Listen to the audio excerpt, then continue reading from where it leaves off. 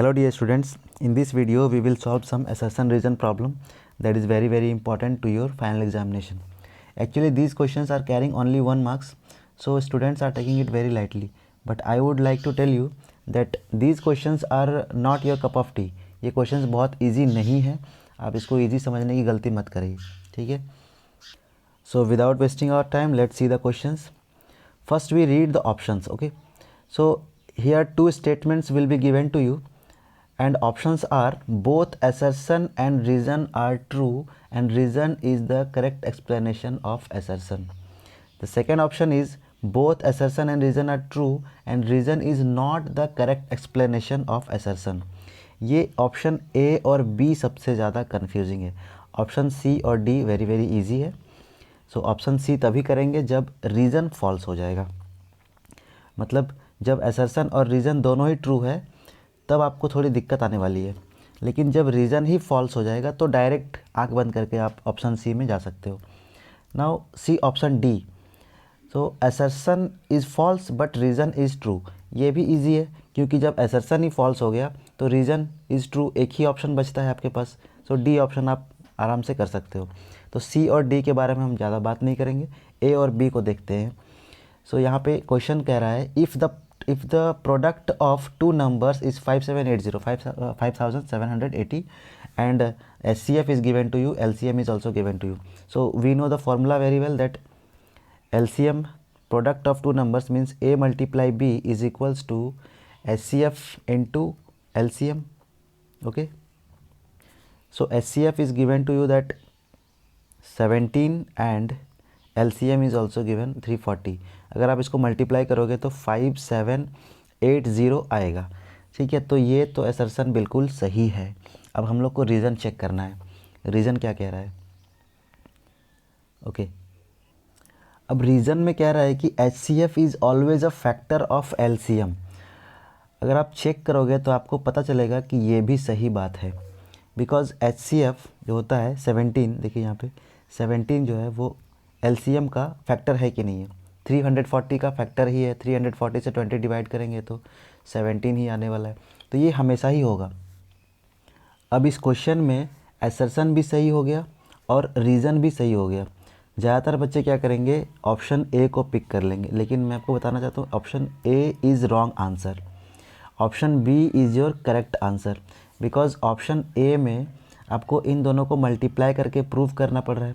Assertion को जब आप इन दोनों को मल्टीप्लाई कर रहे हो तब ये असर्शन प्रूफ हो पा रहा है, और रीज़न को प्रूव करने के लिए हम दोनों को डिवाइड करते हैं. ठीक है, यहाँ आप देख सकते हैं इन दोनों को डिवाइड करके ये रीज़न प्रूफ हो रहा है. मीन्स 340/17 करेंगे तो एक नेचुरल नंबर, परफेक्ट इंटीजर आना चाहिए.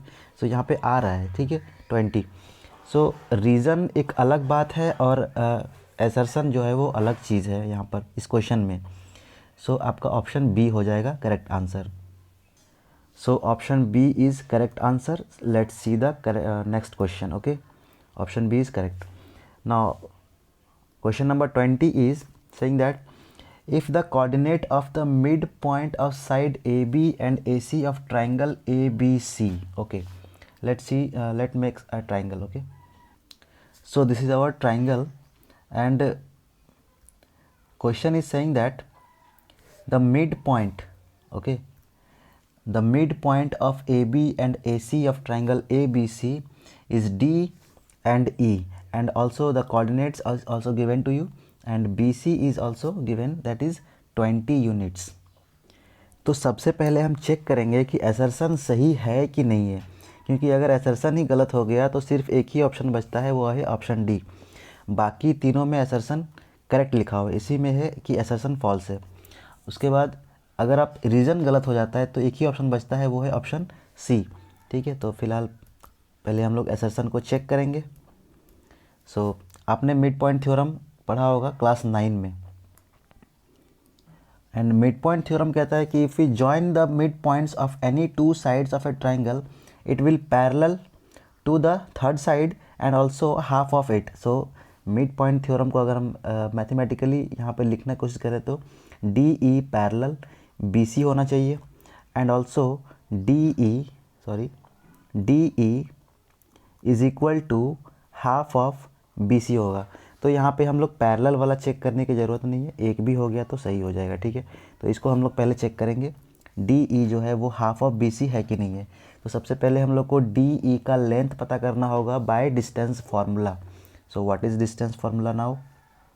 सो D E is equals to हम लोग लिख सकते हैं, अगर आपको डिस्टेंस फार्मूला पता होगा तो x2 minus x1 whole square that is 3 minus minus plus हो जाएगा 3 + 3 whole square plus y2 minus y1, so 5 minus minus फिर से यहाँ पे प्लस होगा 5 + 3 whole square root over, so that's equal to 9 square that is 81 + 8 square, 9 square plus 8 square is equal to, sorry एक छोटा सा मिस्टेक हो गया यहाँ पे, 6 स्क्वायर होगा, ठीक है।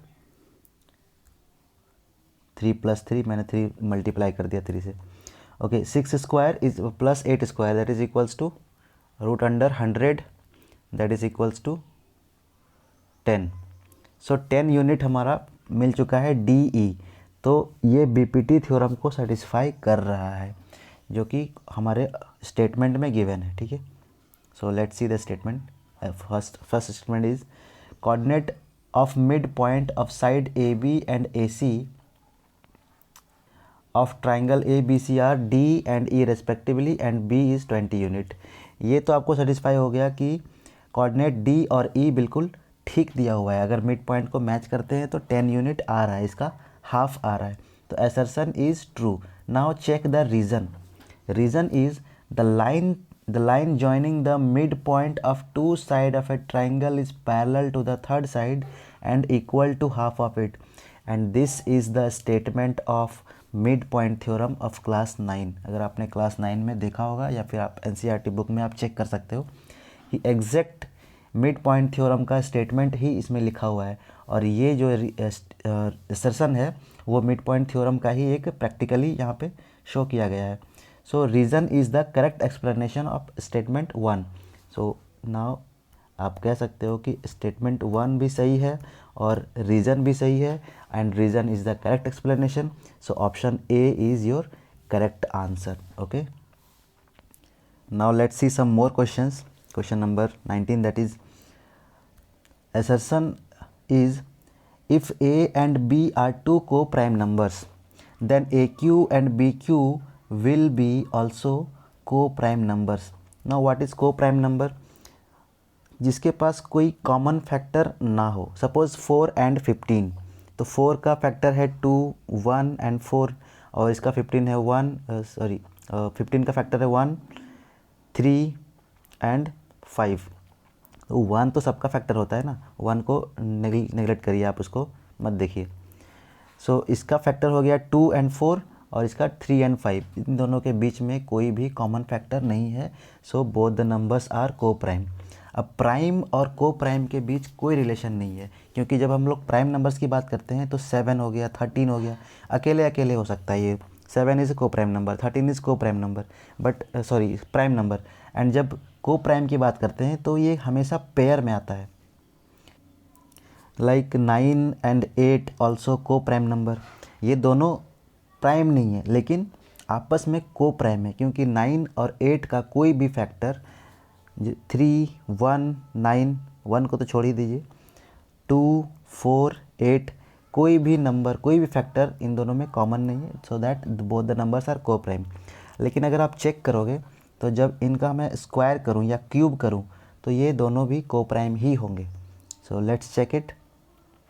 If you multiply 4 × 4 × 4 that is equals to 4 cube is equals to 64, and if you multiply 15 cube that is equals to 3375।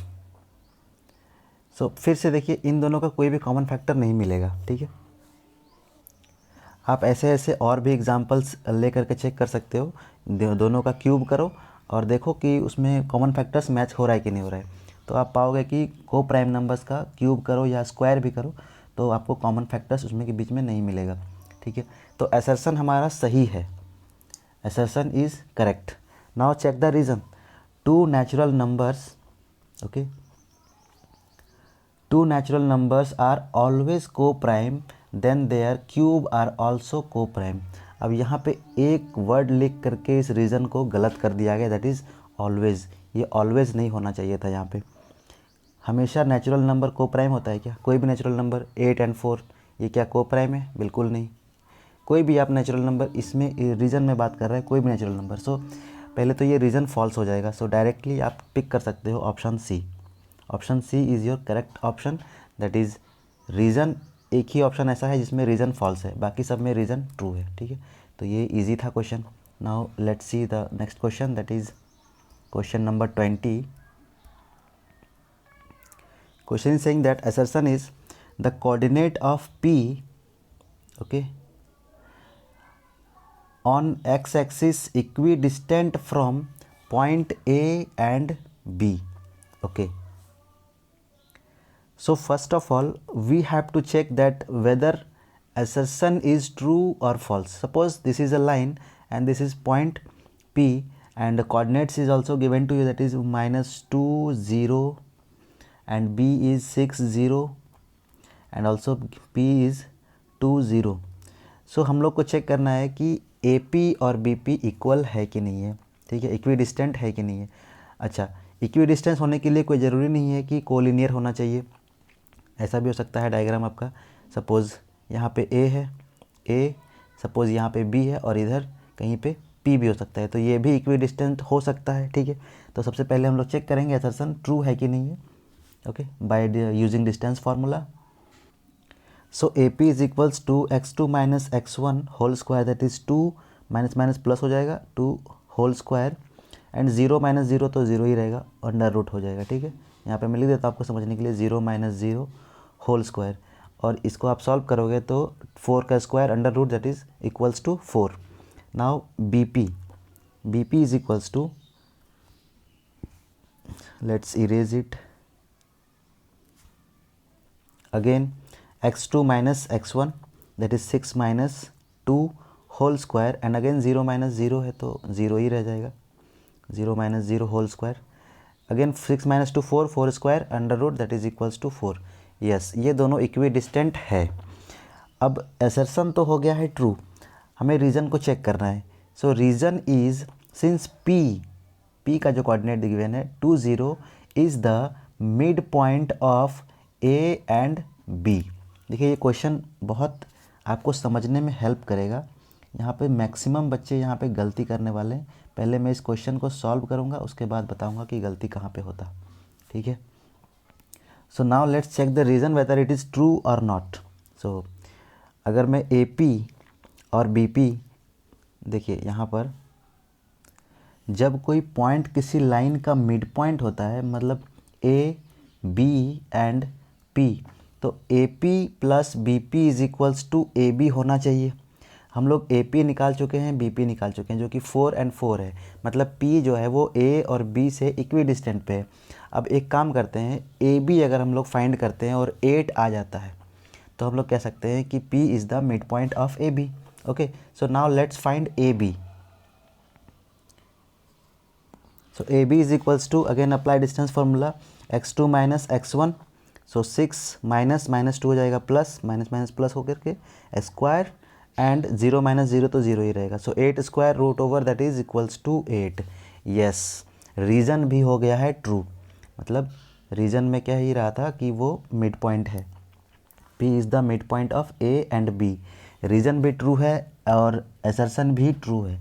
सो आप आंख बंद करके A ऑप्शन करोगे और हो जाएगा वो गलत।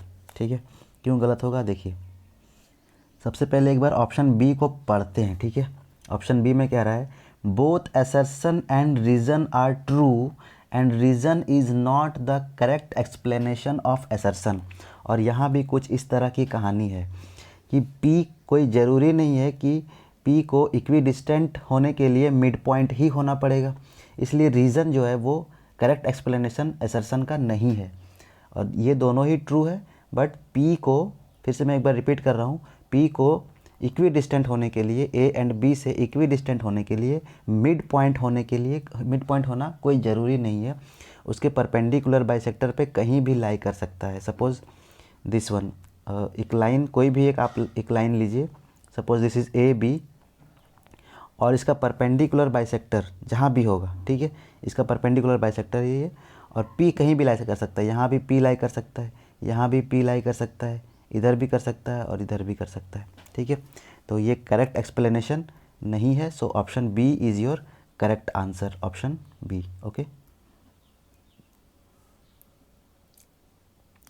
Now let's see some more questions, and now these questions are really easy. So question number 19 is, if the product of two numbers is 2980, means a into b is given to you, that is 28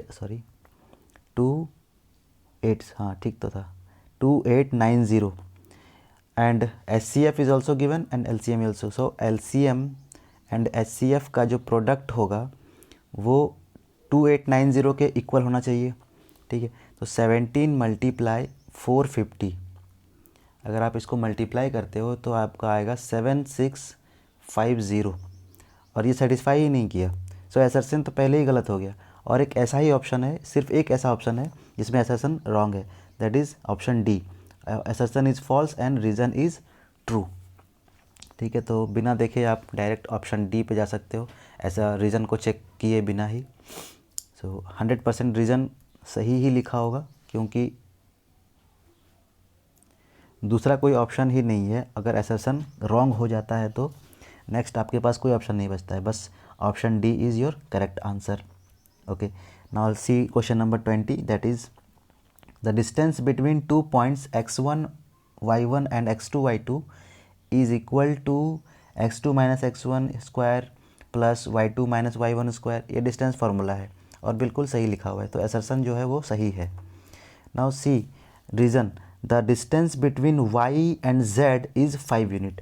तो सबसे पहले reason को हम लोग check करना पड़ेगा कि reason सही है कि नहीं है। अगर रीज़न ही गलत हो गया तो ऑप्शन सी में चले जाएंगे डायरेक्टली। तो let's check the reason. So by distance formula x2 minus x1 that is 0 minus 4 whole square plus y2 minus y1 means 3 minus 0 whole square root over. So 4 square minus 4 का square करेंगे तो plus 4 square 16 ही हो जाएगा, plus 16 और 9 यहाँ पे। So that is equals to root under 25 equals to 5। Yes, reason is also correct.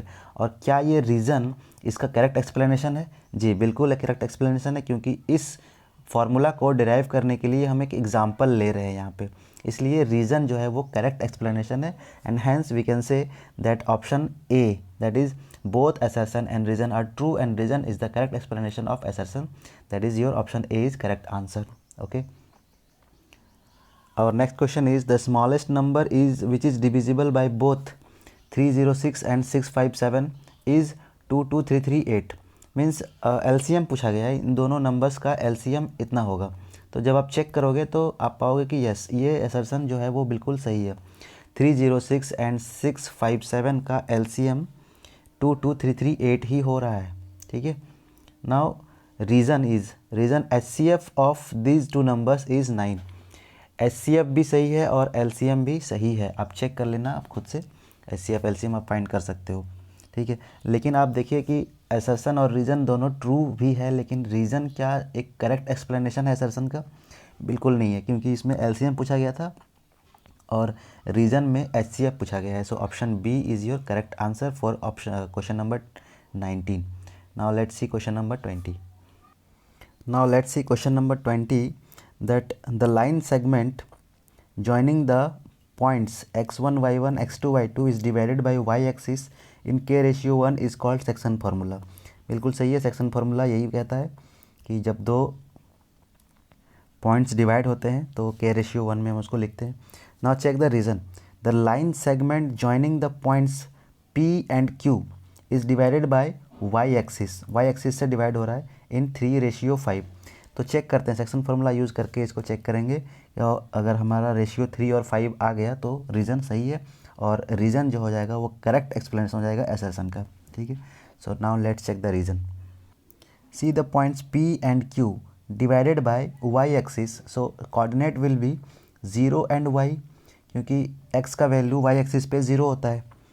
सो हम लोग सेक्शन फार्मूला कैसे लिखेंगे? 0 इज़ इक्वल्स टू के रेशियो 1 ले लेते हैं इसको, के रेशियो 1, ठीक है, और के का वैल्यू 3/5 होना चाहिए, ठीक है। So 0 is equals to what, m1x2 plus m2x1 करते हैं। सो m1 आपका यहाँ पर है k, x2 है 5, सो 5k plus m2x1 means m2 आपका 1 है और x1 जो है वो आपका 3 है। सो यहाँ डायरेक्ट मैं -3 लिख रहा हूँ, -3 by m1 plus m2 means k plus 1, ये हो गया, ठीक है। एक इक्वेशन यहाँ से मिला हमको। एक इक्वेशन और मिलेगा, that is y is equals to m1y2 means 7k plus m2y1 means 2 by k plus 1। अब देखिए यहाँ पर दो इक्वेशन है, लेकिन k का वैल्यू कहीं से भी हम किसी से भी एक इक्वेशन से फाइंड कर सकते हैं, और इस इक्वेशन को लेंगे तो k और y दो वेरिएबल हो जाएगा और फाइंड नहीं हो पाएगा। सो फर्स्ट वाला इक्वेशन ही प्रीफर करेंगे। सो फर्स्ट इक्वेशन में से हम लोग सॉल्व करते हैं, k प्लस 1 इधर आके 0 बन जाएगा। So 5k minus 3 is equal to 0। Now k is equals to 3/5, और यही तो रीजन में क्या रहा था, यहाँ देखिए 3:5 होना चाहिए, और बिल्कुल k का वैल्यू आ गया 3:3/5। So reason is your correct explanation and it is also true. So option A is your correct answer for this question, option A. Okay, thank you for watching and don't forget to share. Thank you.